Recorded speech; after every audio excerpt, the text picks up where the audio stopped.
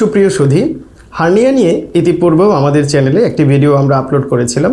সেটাকে আসলে হার্নিয়া বলতে যেটাকে আমরা বুঝিয়ে থাকি সেটি হচ্ছে ইঙ্গুইনাল হার্নিয়া, যেটা কোচকির পাশে হয়ে থাকে। আজকে একটি বিশেষ ধরনের হার্নিয়ার কথা আপনাদের সাথে আলোচনা করব, যাকে আমরা বলি ইনসিশনাল হার্নিয়া।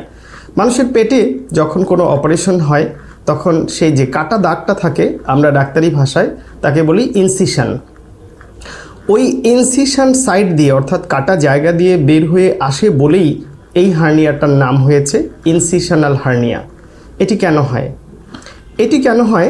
এটি হচ্ছে যখন কোনো পেটের উপরে যখন কোথাও কাটা হয় তখন সেই জায়গাটার আসলে স্ট্রেংথ বা শক্তি সেটা কিন্তু আর আগের মতন থাকে না, একটু হলেও কমে যায়।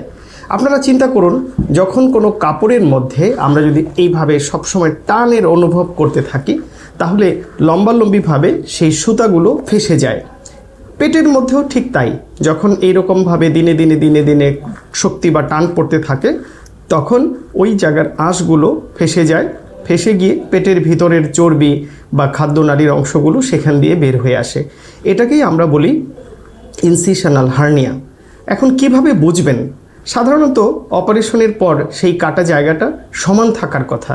আপনি যদি দেখেন সেই জায়গাটি ফুলে উঠেছে, বিশেষত যখন দাঁড়াবেন, হাঁচি দিবেন, কাশি দিবেন, তখন যেটি ফুলে ওঠে, আবার শুয়ে পড়লে সেটি যদি চলে যায়, না থাকে, সমান হয়ে যায়, আপনি তাহলেই বুঝবেন এটি হচ্ছে ইনসিশনাল হার্নিয়া। কাদের হয়? সাধারণত কিছু অপারেশন আছে, যেমন গাইনির অপারেশন বা সিজারিয়ান অপারেশনের পরেই এটা বেশি দেখা যায়। তবে সার্জিক্যাল যে কোনো সমস্যার অপারেশনের জন্য এটি হতে পারে। এটি নির্ভর করে কোনো জরুরি অপারেশনের ক্ষেত্রে বা পেটের মধ্যে ইনফেকশন জাতীয় কোনো অপারেশনের ক্ষেত্রেও এই ধরনের হার্নিয়ার প্রকোপ বেশি হয়ে থাকে। যদি অনেক সময় দেখা যায় যে অপারেশনের পরে সেই কাটা ঘা জোড়া লাগেনি, পুরোটাই ফেল হয়েছে, দ্বিতীয়বার আবার সেলাই করতে হয়, এটাকে আমরা বলি বার্স্ট অ্যাবডোমেন। তার পরবর্তীতেও কিন্তু এই ইনসিশনাল হার্নিয়ার চান্সটা অনেক বেশি থাকে। অনেক সময় কাটা জায়গার ঘা পেকে যায়, যেটাকে আমরা ইনফেকশন হয়েছে বলি।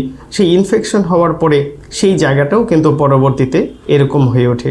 অপারেশনের পরবর্তীতে অনেকের ক্ষেত্রে দীর্ঘমেয়াদী বমি থাকে, অ্যাবডোমিনাল ডিস্টেনশন বা পেট ফুলে ওঠে, যাদের পায়খানা কষা থাকে, প্রস্রাবের সমস্যা থাকে। এই ধরনের ক্ষেত্রেও যারা দীর্ঘমেয়াদী শ্বাসকষ্ট, অ্যাজমা, হাঁপানি এই ধরনের সমস্যায় ভুগে থাকেন এবং বিশেষত যারা একটু মোটা বা স্থূলাকার, তাদের ক্ষেত্রেও কিন্তু এই ইনসিশনাল হার্নিয়া হয়ে থাকে।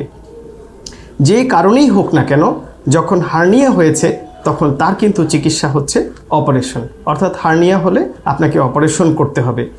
এই অপারেশন আমরা দুইভাবে করে থাকি। একটি হচ্ছে কেটে স্বাভাবিকভাবে যেটা আমরা করে থাকি সেটা, আরেকটা হচ্ছে পেট না কেটে ল্যাপারোস্কোপির মাধ্যমেও কিন্তু আমরা এই হার্নিয়ার অপারেশন করে থাকি। যেভাবেই অপারেশন করি না কেন, এখানে আপনাকে একটি নেট আমরা ব্যবহার করি বা ম্যাশ যেটাকে বলা হয়, সেই ম্যাশ যেটা কিনা এই পেটের ওয়ালের স্ট্রেংথ বা শক্তিমত্তাটা কিছুটা হলেও বাড়িয়ে দিচ্ছে, যাতে করে পরবর্তীতে এই হার্নিয়া দেখা দেওয়ার সম্ভাবনাটা অনেকাংশেই কমে যায়।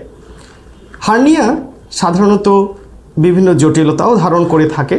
এই জন্য যখন এটি ছোট থাকবে, যখন দেখা দিবে, এটি ধীরে ধীরে আস্তে আস্তে মুখটা অনেক বড় হতে থাকে এবং যখন বড় হয়ে যায় তখন কিন্তু তার চিকিৎসা করলে তার ফলাফল আশানুরূপ না আসার সম্ভাবনাও অনেক বেশি থাকে।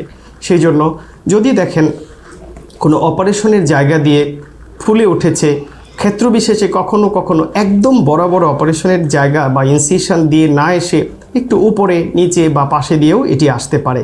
যখনই এমনটি দেখবেন আপনি একজন বিশেষজ্ঞ সার্জনের শরণাপন্ন হবেন এবং আপনি এটি অপারেশনের মাধ্যমে সম্পন্ন করে নেবেন। ধন্যবাদ।